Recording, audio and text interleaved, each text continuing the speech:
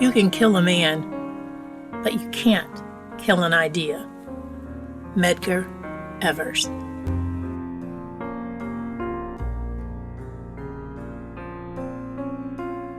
In 1955, Emmett Till, a 14-year-old African-American boy, was lynched in Mississippi after being accused of offending a woman in her family's grocery store.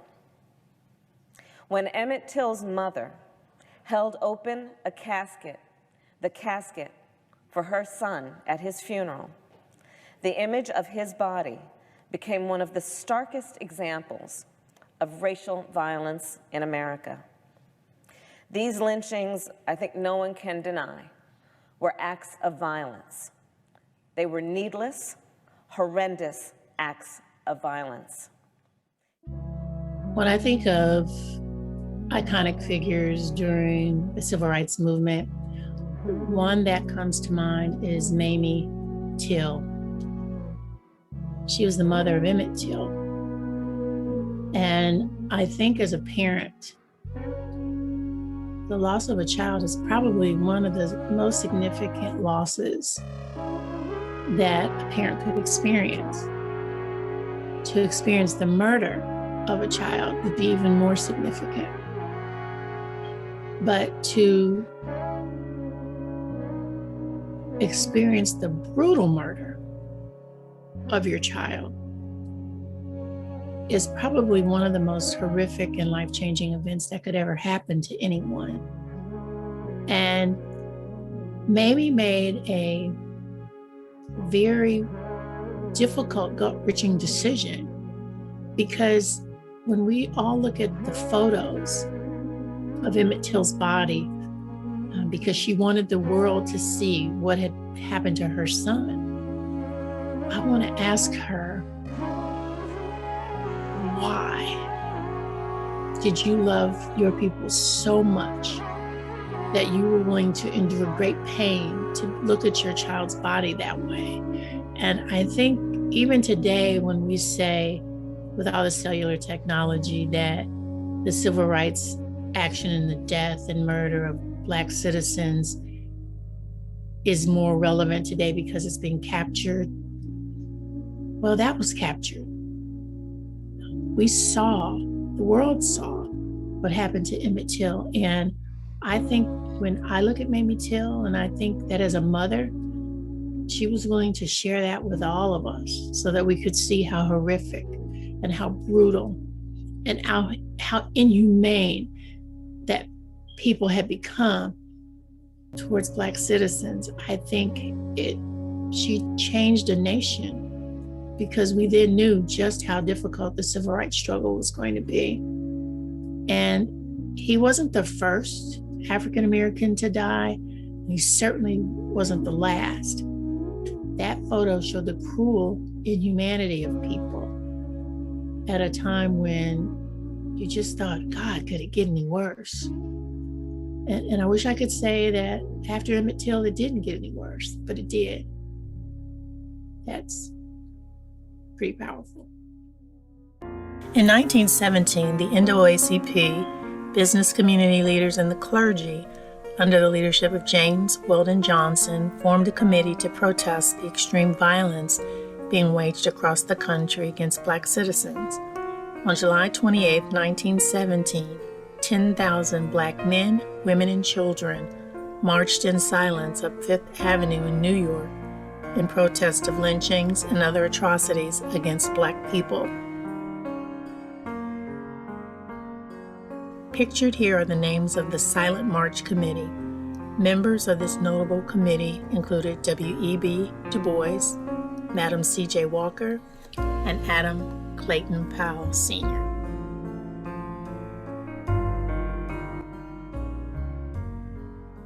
So my selection was W.E.B. Du Bois. This gentleman was just such an amazing pioneer.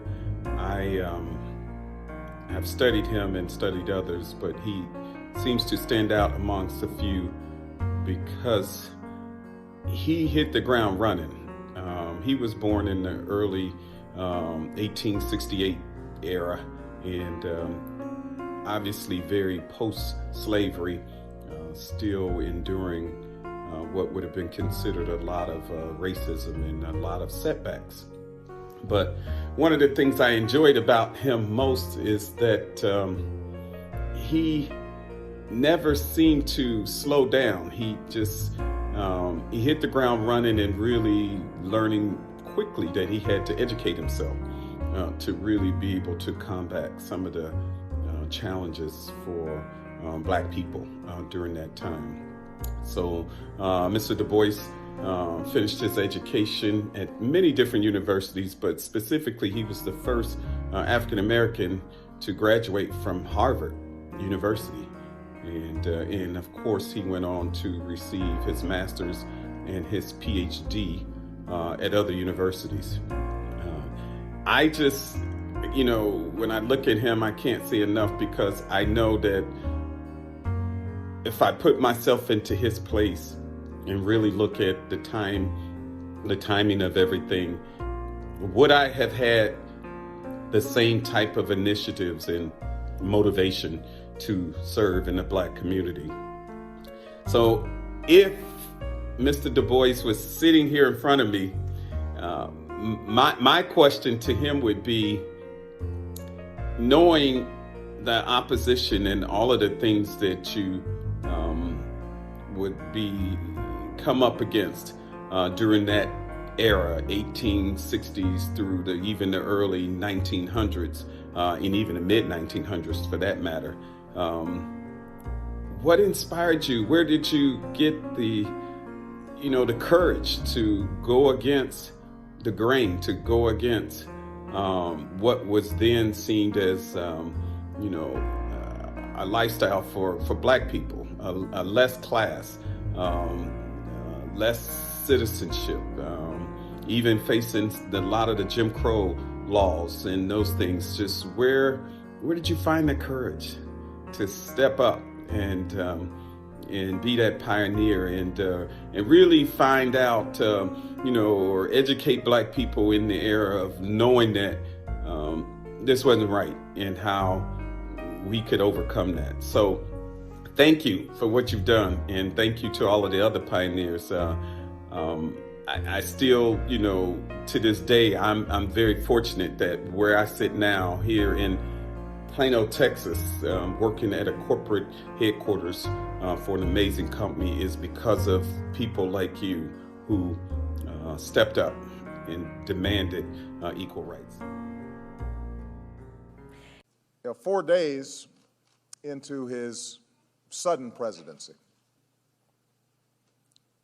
and the night before he would address a joint session of the Congress in which he once served, Lyndon Johnson sat around a table with his closest advisors, preparing his remarks to a shattered and grieving nation. He wanted to call on senators and representatives to pass a civil rights bill, the most sweeping since Reconstruction. And most of his staff counseled him against it. They said it was hopeless, that it would anger powerful Southern Democrats and committee chairmen, that it risked derailing the rest of his domestic agenda. And one particularly bold aide said he did not believe a president should spend his time and power on lost causes, however worthy they might be. To which it is said, President Johnson replied, "Well, what the hell's the presidency for?" My fellow Americans, I am about to sign into law the Civil Rights Act of 1964. I want to take this occasion to talk to you about what that law means to every American. We believe that all men are created equal, yet many are denied equal treatment. We believe that all men have certain unalienable rights, Yet many Americans do not enjoy those rights. We believe that all men are entitled to the blessings of liberty. Yet millions are being deprived of those blessings, not because of their own failures, but because of the color of their skin. The reasons are deeply embedded in history and tradition and the nature of man. We can understand without rancor or hatred how this all happened, but it cannot continue.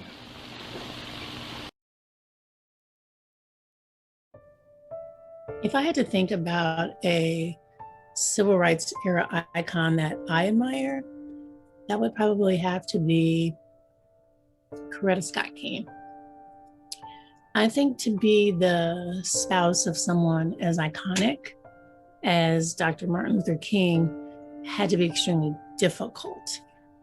Over the course of her life, she granted several interviews, and I remember one interview in particular was in the Washington Post, and she expressed frustration with how she had been characterized by Hollywood in some of the movies that basically portrayed her as a prop. And she quoted, and I have the quote, that often I'm made to sound like an attachment to a vacuum cleaner, the wife of Martin, then the widow of Martin, all of which I was proud to be, but I was never just a wife nor a widow. I was always more than a label. If I had to ask her one question, I would ask her, how did she endure what had to be at times just sheer terror regarding the bomb threats and the death threats that were at one point happening on a daily, hourly basis? I mean, this wasn't a childless couple. So to have placed your children in that kind of environment, in that kind of danger, in pursuit of something greater than life itself, had to not only be his dream, that had to be her dream too. The civil rights movement had many dominant male leaders. And typically when you hear about female involvement in the civil rights movement, you always hear the name Rosa Parks. But Coretta Scott King was just as pivotal a character and a force during that movement as Rosa Parks. When I look at photos of Dr. Martin Luther King Jr., I see Coretta Scott King right by his side. She didn't stay at home saying, I got to worry about the kids, or it's too cold, or it's not safe, or that walk is too long. She was right beside him. And I always admired her for her courage and strength to have so selflessly given over her dear Martin to all of us. And even after his murder, she continued to carry the torch for equality because she knew the struggle wasn't over.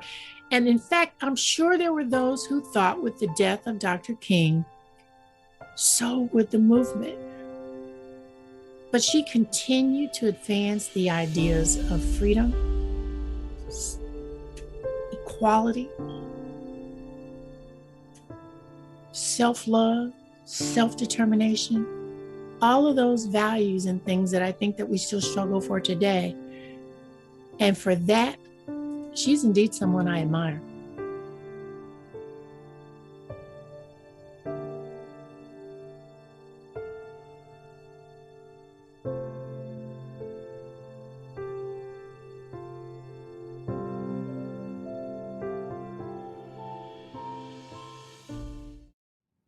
What is the tipping point? Are we blind? Can we see? How many more mothers, how many more fathers need to shed tears of grief before we do something? We were elected to lead, Mr. Speaker. We must be headlights and not tail lights. We cannot continue to stick our heads in the sand and ignore the reality of mass gun violence in our nation. Deadly mass shootings are becoming more and more frequent. Mr. Speaker, this is a fight. It is not an opinion. We must remove the blinders. The time for silence and patience is long gone. We're calling on the leadership of the House to bring common sense gun control legislation to the House floor. Give us a vote. Let us vote. We came here to do our job. We came here to work. The American people demand an action. John Lewis is more than Bloody Sunday. He's more than a congressman, a House of Representatives member.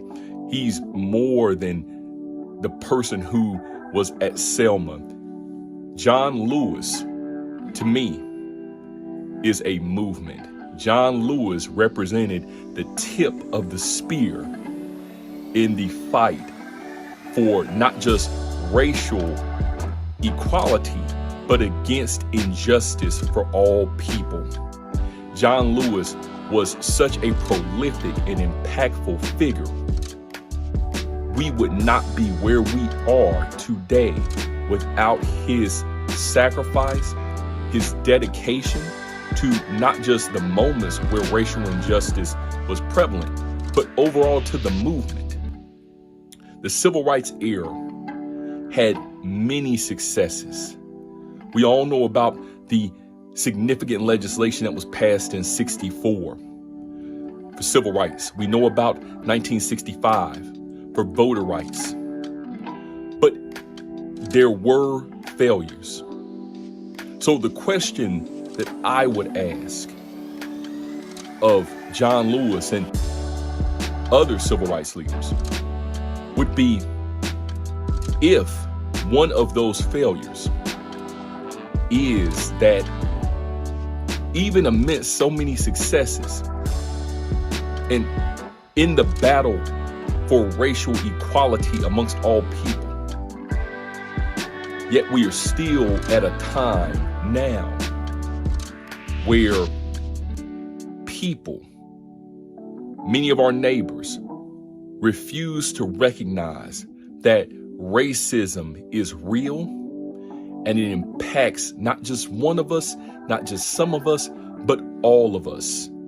It impacts our entire society, either directly or indirectly, because we are all interrelated, we are all interdependent, we are all interconnected, we are all representatives of one another. How do we continue to make sure that people who we call neighbors, fellow Americans, recognize that racism is real and it's impactful? And how do we, in the midst of so much strife and division, particularly during times like these, remain vigilant, dedicated, and motivated in the war of equality for all people? This is something that every leader, public servant, and beacon or voice of the people should be concerned about. How do you keep that fire burning? I would like to know those answers from John Lewis, because I believe that he had them. I believe that he showed them in his actions. I believe that he spoke them in his words, and I believe that he committed to them through his deeds. Every time we sing John Lewis, he was fighting for the people, and that's how we all should be. So those are the questions that I would ask John Lewis if I was able to meet him today.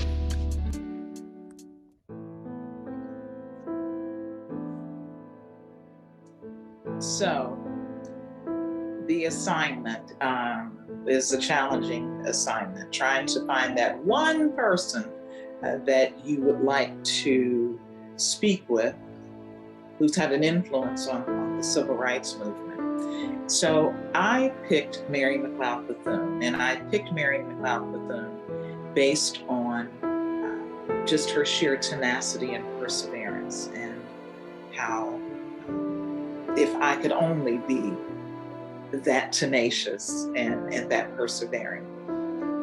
Mary McLeod Bethune is a woman, or was a woman, who was born to parents who had been enslaved, and she learned to read based on, and I'm going to call it a challenge, from a white child who basically told her that she'd never be able to read, or she couldn't read.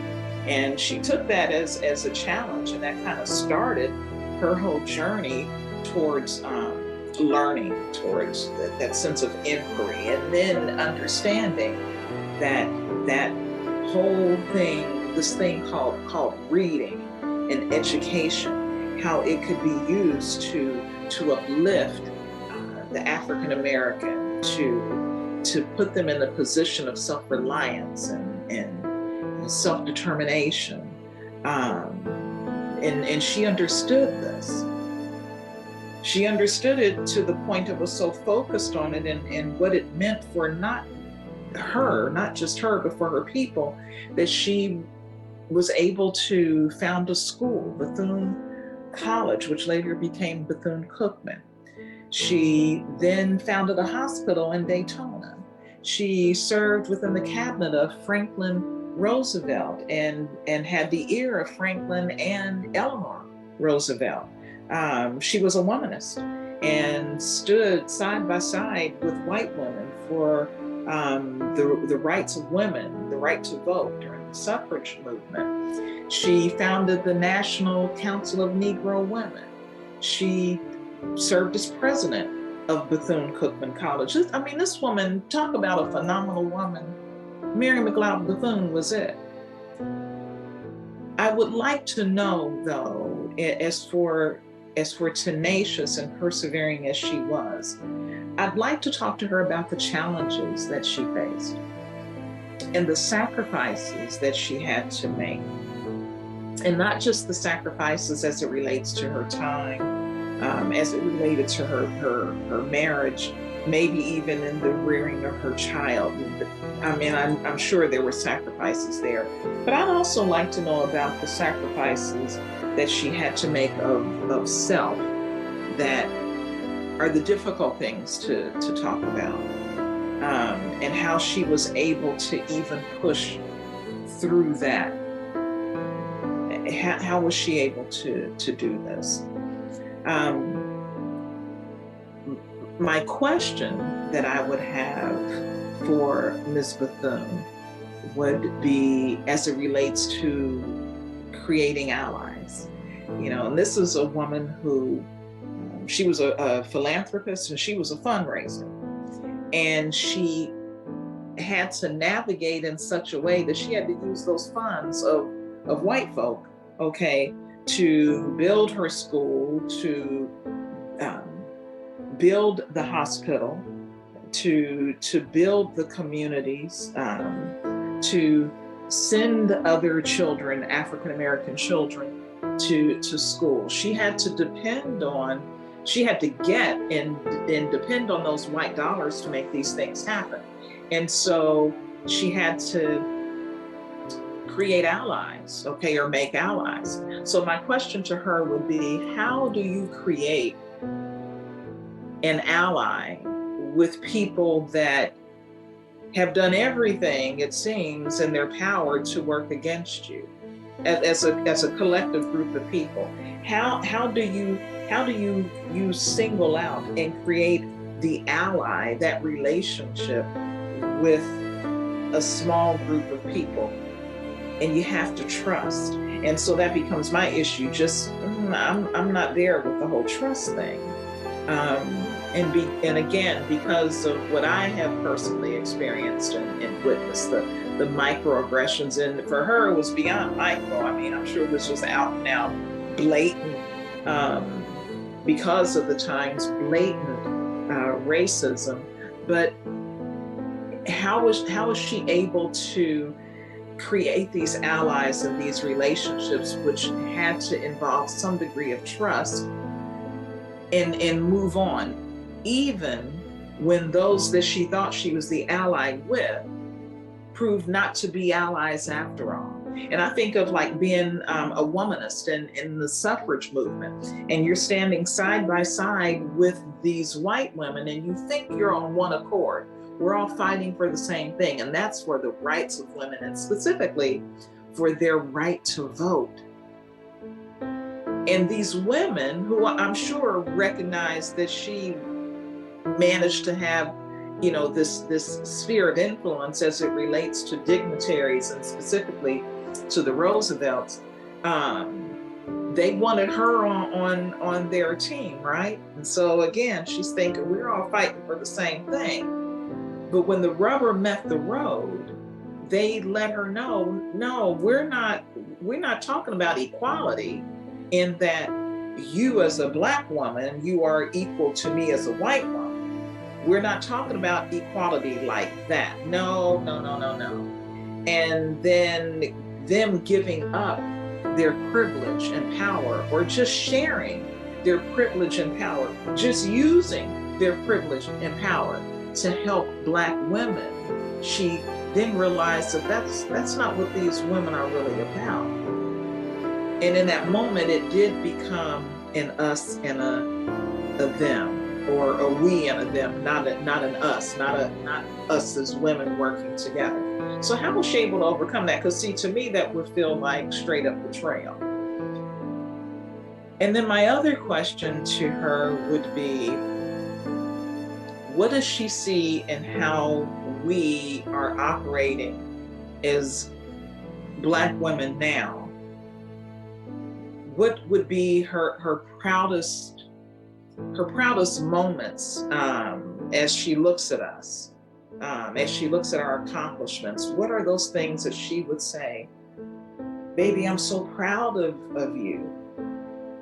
And then what would be her serious concerns, maybe even disappointments? What would that look like to her? Because I'm wondering, I'm certain there would have to be some. I mean, are we really about the business of uplifting our people, or have we turned into people who are self-serving? In other words, it's about what I can accomplish for me and for mine, but not having the vision that Ms. Bethune had. Her vision was for us as a people. And I do wonder if she would see that in us now, or is it more, we want to get our name on the door because we want to acquire some material possession, or move into the right neighborhood, or sit on the right board, or accomplish this or that. But it's again more self-serving and not so much to uplift us all. And I wonder if she would see it that way. And then if so, what's the remedy for the things that she would find to be somewhat concerning for what she's seen in today's Black woman? What is the remedy?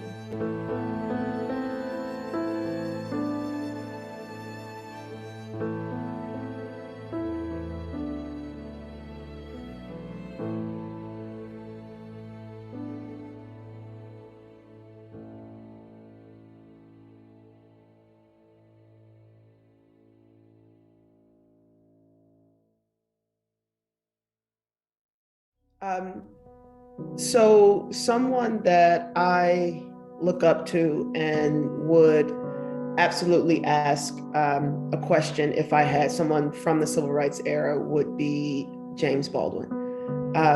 I admire so much of what he said in interviews and debates, and I've read several of his books, and he is someone that it's so interesting. I find that he's often saying things that I feel, but maybe didn't put into words.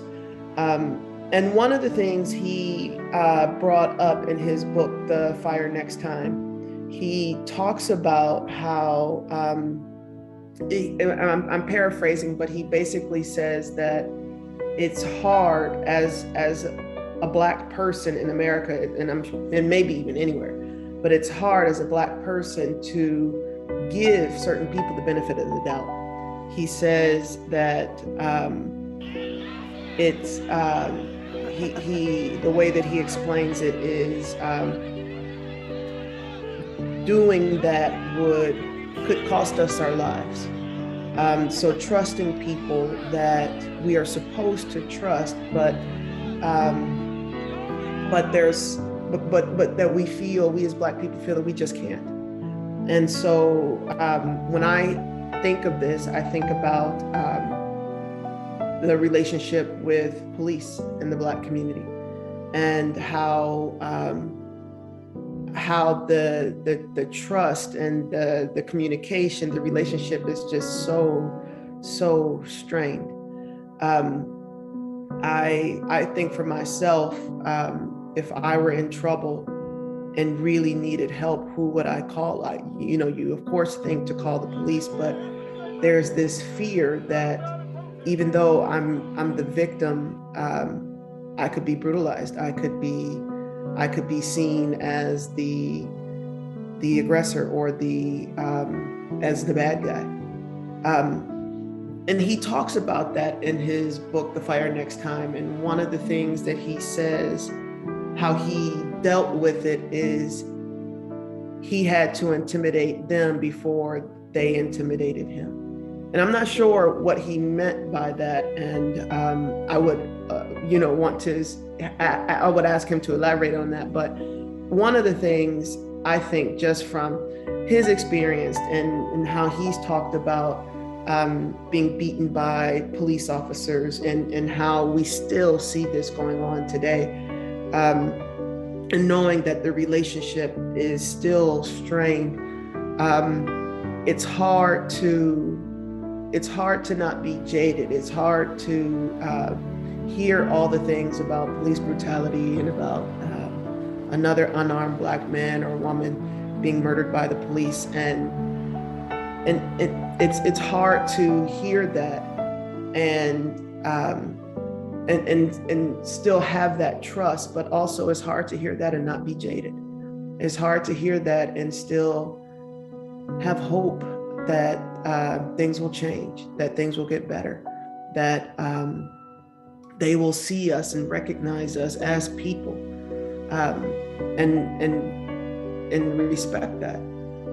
So I would really like to ask him, how does he keep from being jaded, and how does he think we all, what we can do, or how we can keep that hope and that faith and that belief that things are going to change? How does he see that happening for us? No fascist USA! No KKK, no fascist USA!